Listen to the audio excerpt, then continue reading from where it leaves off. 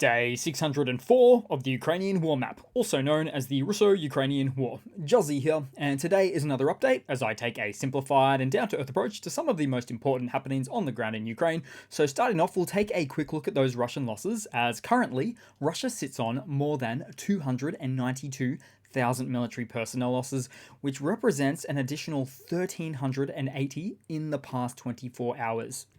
Then as for hardware losses, well, 55 tanks, 120 APVs, and a dismally unwhopping 29 artillery, but only in comparison to some of those other figures you see here.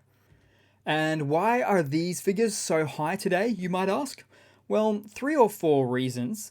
The first of which is likely because of the previous day, where 18 Ukrainian drones flew into a Russian field camp in Kursk, where 3,000 Russian personnel and about 80 units of military equipment were stationed there.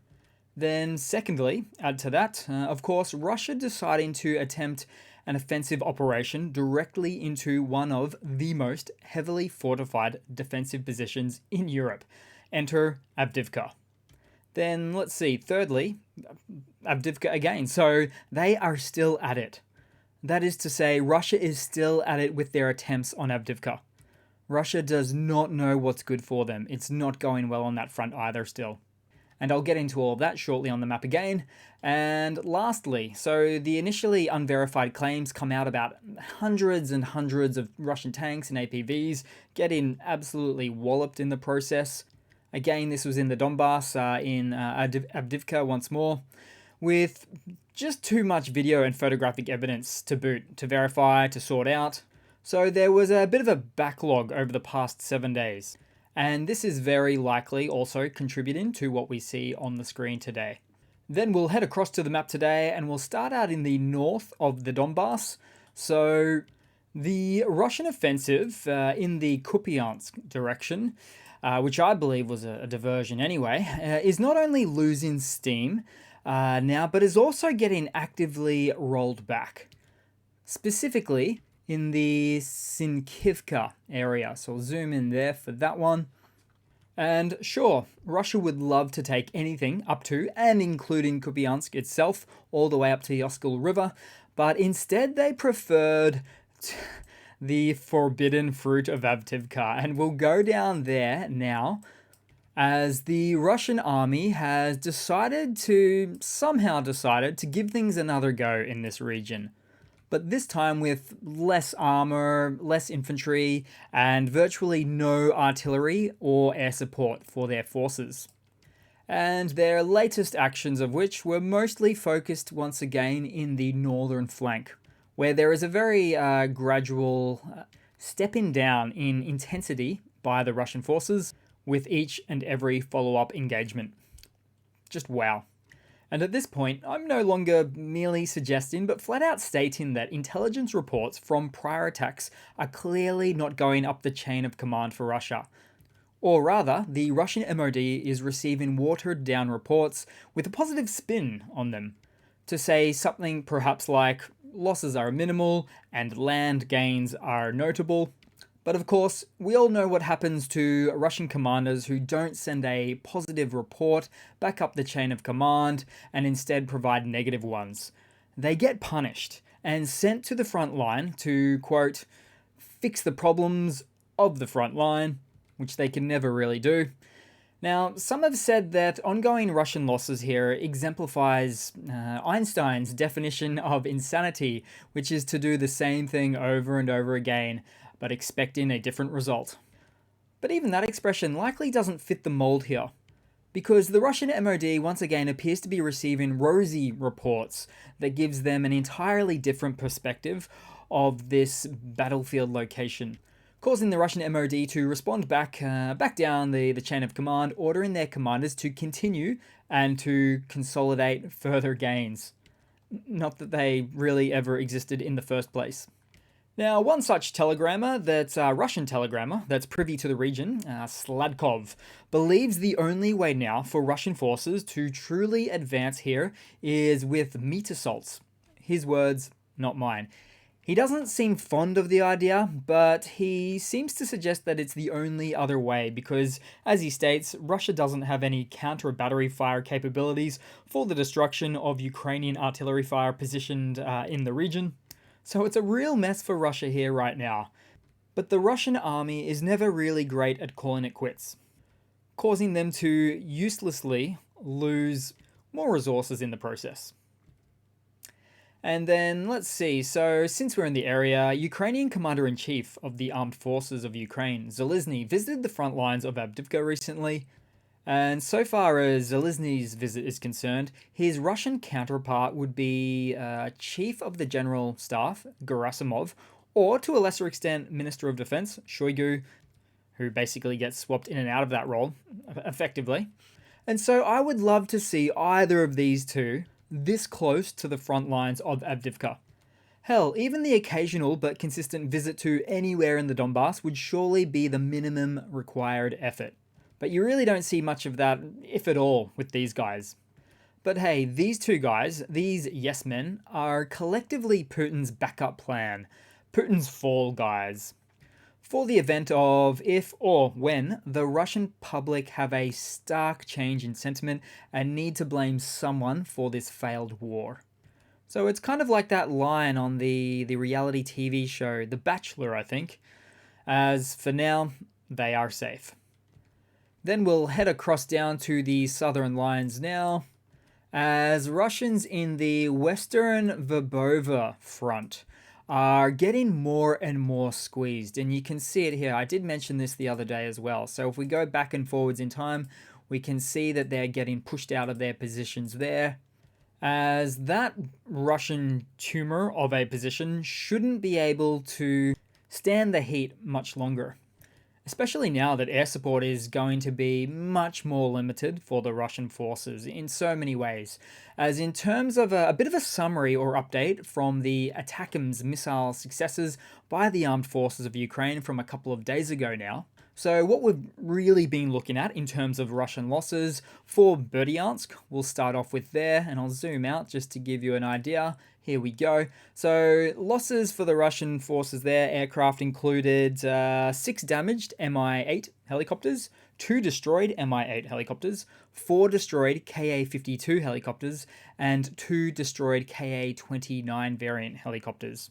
But something that doesn't get not nearly as much press is the ATACMS successes in Luhansk at Peremozne. I might have to zoom right in for that one. So there it is, there we go. And so as for losses, that included 1 destroyed Ka-52 helicopter, 4 damaged Ka-52s, and 1 damaged Mi-8 helicopter as well.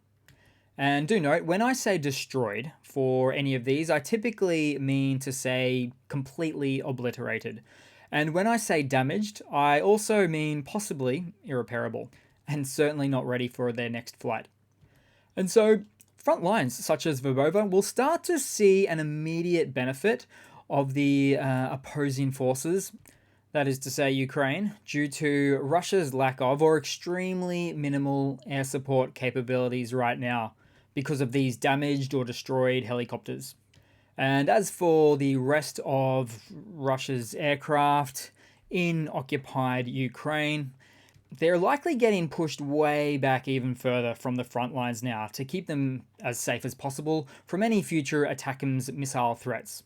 Because do note, both airfields were formerly stationed just outside of that 90 kilometer HIMARS range, 88-90 kilometers range, which it needs to be at, with instead both the Berdyansk and Peremozne locations or airfields being about 110 kilometers from the front lines instead, as this was previously designed by the Russian military to counteract the previous HIMARS range threat. So now the Russian helicopters are forced to go farther afield, which in turn means slower response times for Russian air support, which in turn directly impacts Russian offensive successes, or for that matter, Russian defensive pressures for the front line. And you know who else got the message for this newly hazardous 165 kilometer ATACMS elimination range? Russia's dwindling Su-24 jet aircraft fleet, which were previously stationed in occupied Ukraine as well, but were forced to move all the way back into Russia's Nizhny Novgorod region, or let's see if I can just zoom all the way out because it's quite the distance away now. There it is, all the way up there. And we know this because it was spotted by Atesh, which is a Ukrainian partisan movement within Russia and occupied Ukraine that are engaged in intelligence and reconnaissance activities against Russian military operations. As such, they infiltrate and expose Russian military facilities and assets, then share their findings to Ukrainian intelligence. So, long story short, just as the introduction of the HIMARS platform last year forced Russian airfields and logistical hubs to pull back, so too has ATACMS forced the Russian military to pull back once more. Then moving across on the map, as there's been some updates for Kherson as well, a little bit. So, as reports from the Russian side have indicated that a large part of the settlement of Krinky, and I'll zoom out so it's hiding over there, is now under the control of the armed forces of Ukraine.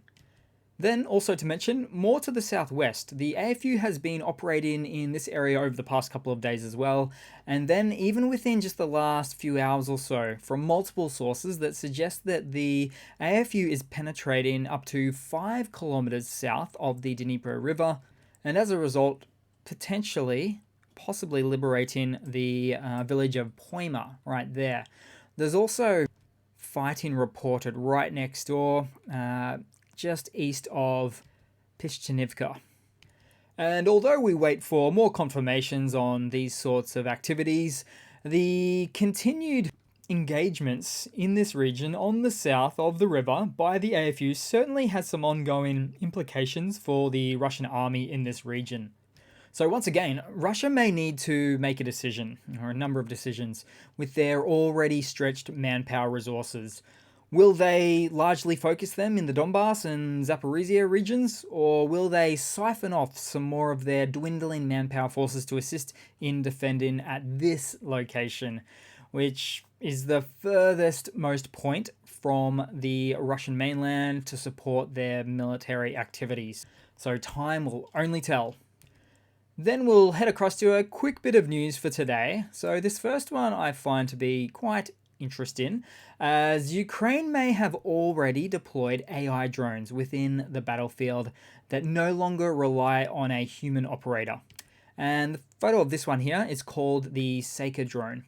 Now, the pros for this include if the connection gets severed from the operator, it will still have the ability to operate in the field. Also, it will have faster reaction times than a human to events as they happen on the ground or in the air. Also, with those faster reaction times, it will potentially make it a more effective platform for taking out tanks, IFVs, and so on. I'd probably consider this to be in the operational beta phase, but it would only get better as time goes on, as the learning exponential curve is just learns at a geometric rate. Then, as for the cons, well, Skynet, T-1000, and everything else like that. No, well, but in reality, these AI drones search for and identify their targets within a specified geographical zone that they are limited to. Then they go ahead to release their drone-dropped munitions onto the identified target. So AI drone systems work from some very predefined parameters, as opposed to something called AGI, which stands for Artificial General Intelligence. AGI, which is the next leap after AI that doesn't just perform one specific task, but instead is for instance, a robot that can perform all duties. But still, an AI drone feels like a very frightening concept nonetheless. Then quickly heading over to some other news, so Kazakhstan has banned the export to Russia of 106 types of high-tech goods that can be used in the war against Ukraine. This was announced by the Vice Minister of Trade and Integration of Kazakhstan, and the reason, well, drones, electronic chips, and microelectronics fell under the ban due to Western sanctions placed on Russia. Now, Russia, of course, will continue to somewhat circumvent such restrictions by purchasing them through an allied country at a higher rate, but this does mean it's getting more and more difficult for Russia to cheaply get components they need to assist their war efforts in Ukraine.